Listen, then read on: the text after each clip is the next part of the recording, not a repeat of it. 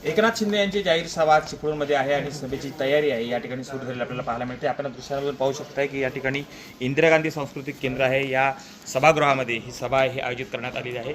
एकनाथ शिंदे यांची जाहीर सभा आहे, या ठिकाणी एकनाथ शिंदे येणार आहेत आणि या ते चिपळूण दौऱ्यावरती आहेत। यानंतर त्यांची रत्नागिरीत देखील सभा होणार आहे।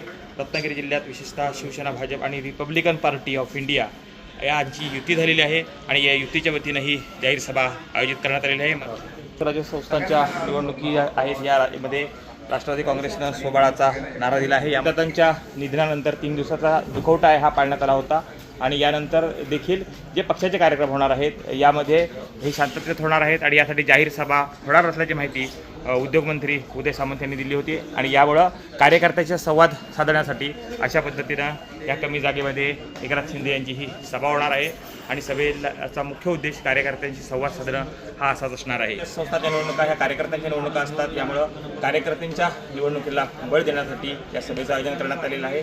त्यामुळं एकनाथ शिंदे नेमके या सभेमध्ये काय बोलतात याकडं सगळा राज्याचं लक्ष लागून राहणार आहे। पुस्तकांत सागावकर, पीडन मराठी, चिपळूण, रत्नागिरी।